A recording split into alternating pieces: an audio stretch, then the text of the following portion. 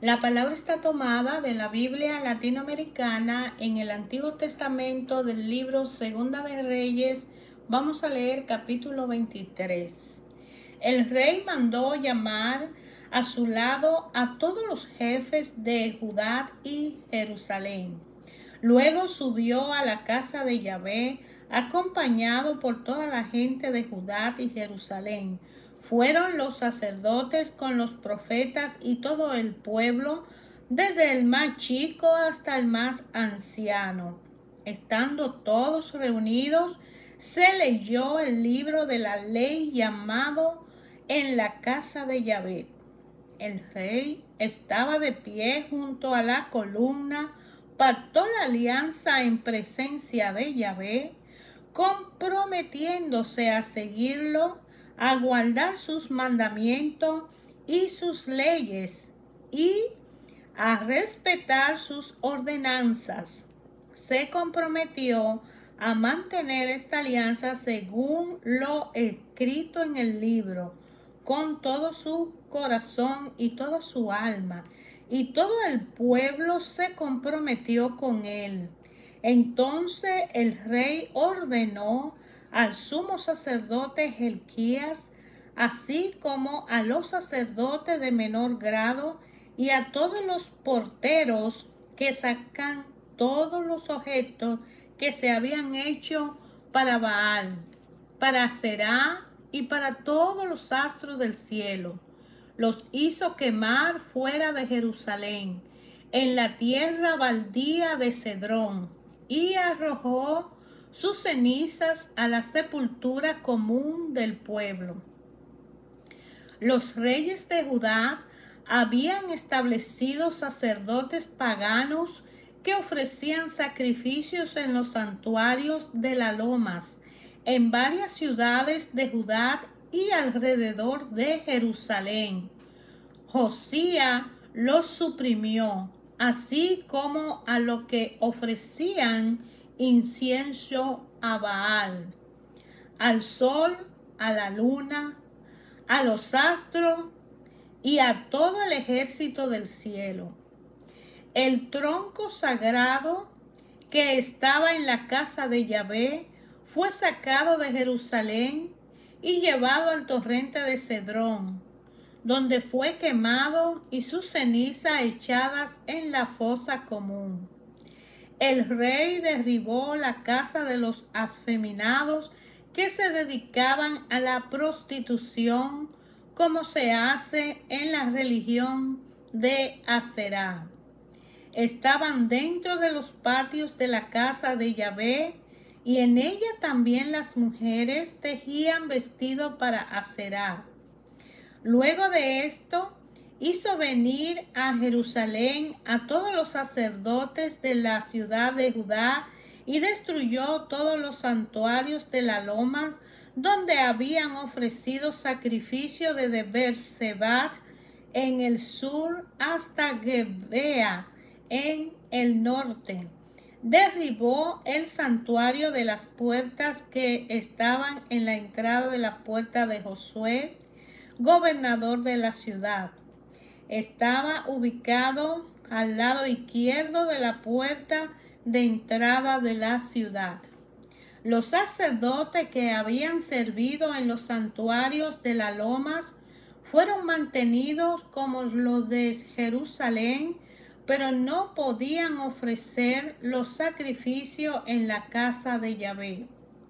El rey hizo destruir el quemadero del valle de Ben-Hinnom para que nadie ya sacrificara por el fuego a sus hijos e hijas, según el rito de Molec.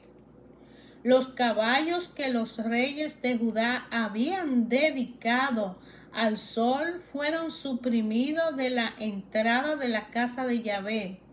Estaban cerca de la habitación del oficial del palacio Natán-Meluc en el atrio, y los carros del sol fueron quemados.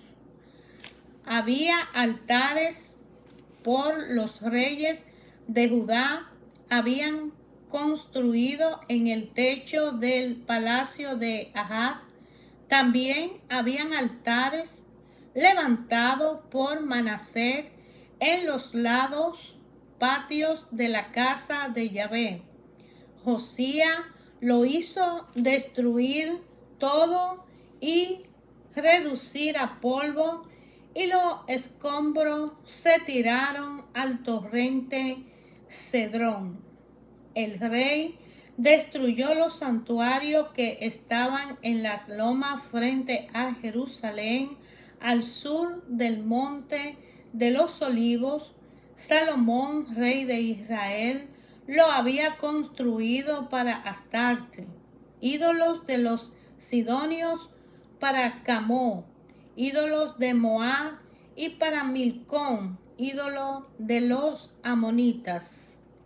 El rey rompió las imágenes de los falsos dioses, cortó los troncos sagrados, y los lugares en donde se encontraban fueron llenados de huesos humanos para hacerlos impuros. Estaba también el santuario de Betel, con el altar que Jeroboam, rey de Israel, había hecho. En este lugar el pueblo de Israel había mantenido un culto prohibido por Yahvé.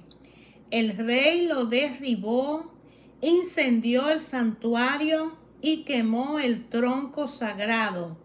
Mirando por todo lado, Josías divisó tumba en el cerro, ordenó sacar los huesos y lo quemó en el altar. Así se cumplió la palabra de Yahvé que un hombre de Dios había proclamado cuando Jeroboam estaba junto al altar durante una fiesta.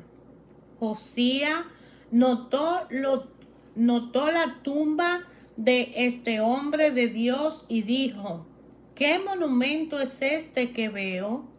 Los hombres de la ciudad les dijeron: es la tumba del hombre de Dios que vino de Judá para anunciar lo que acaba de hacer contra el altar de Betel. El rey ordenó: dejen en paz la tumba y que nadie toque sus huesos, y sus huesos junto con los de el profeta de Samaria no fueron tocados. Josías hizo también desaparecer todos los santuarios de la loma de la ciudad de Samaria. Estos santuarios habían sido hechos por los reyes de Israel y solamente consiguieron el enojo de Yahvé. El rey lo derribó e hizo con ello igual que con el templo de Betel. Degolló sobre los altares a todos los sacerdotes de los santuarios de las lomas que se encontraban allí, y quemó sobre los altares huesos humanos. Luego volvió a Jerusalén. El rey dio esta orden a todo el pueblo: celebren las Pascuas en honor de Yahvé, su Dios, según está escrito en este libro de la alianza.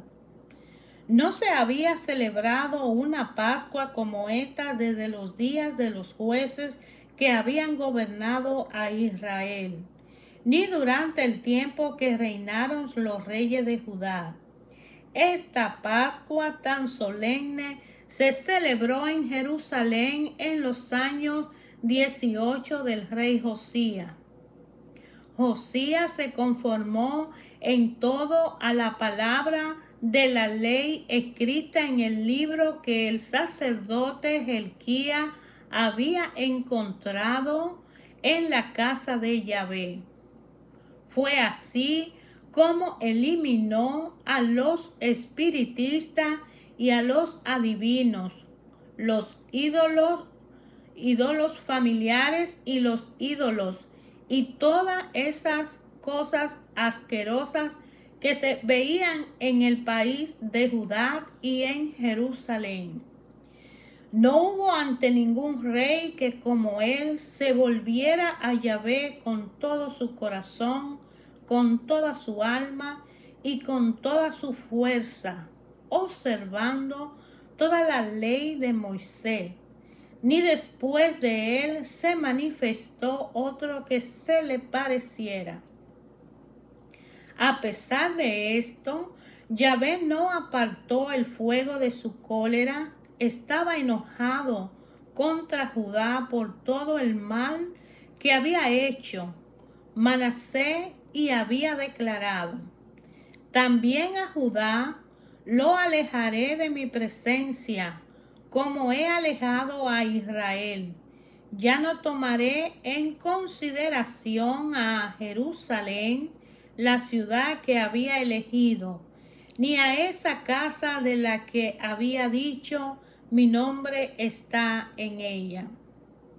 Lo demás referente a Josías y que hizo está escrito en el libro de la crónica de los reyes de Judá. En estos días pasó el faraón Necao, que iba a juntarse con el rey de Asur. El rey Josías salió a su encuentro, pero Necao lo mató en Megiddo en cuanto lo vio. Sus servidores trasladaron en carro su cadáver desde Megiddo hasta Jerusalén y lo sepultaron en su sepulcro.